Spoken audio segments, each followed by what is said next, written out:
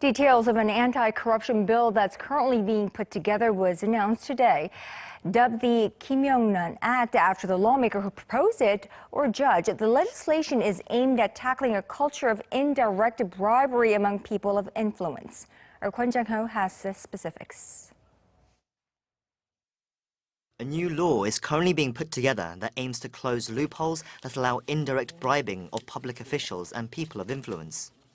The Anti-Corruption Civil Rights Commission announced on Monday the specific limits on what gifts can be given to public officials, journalists, and private school staff.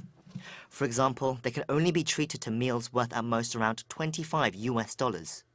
Any gifts they receive cannot be worth more than around $43, and cash gifts, usually given during family events such as weddings and funerals in Korea, are limited to a maximum of $86. Those found violating these limits are subject to up to 3 years in prison or a fine calculated at 5 times the worth of the money or gift that was received.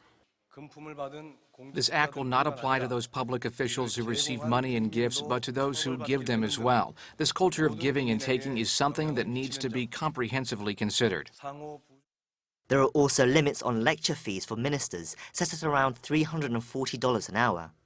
Journalists and school staff can receive up to $860 an hour.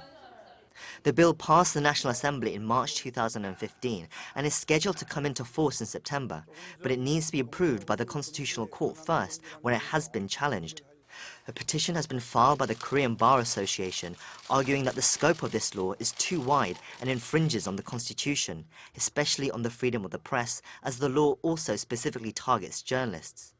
Civic infringements are also of a concern, as the law stipulates spouses are to report of any violation of the law. The top court has said it will deliver its verdict before the September deadline. Kwon Jang-ho, Arirang News.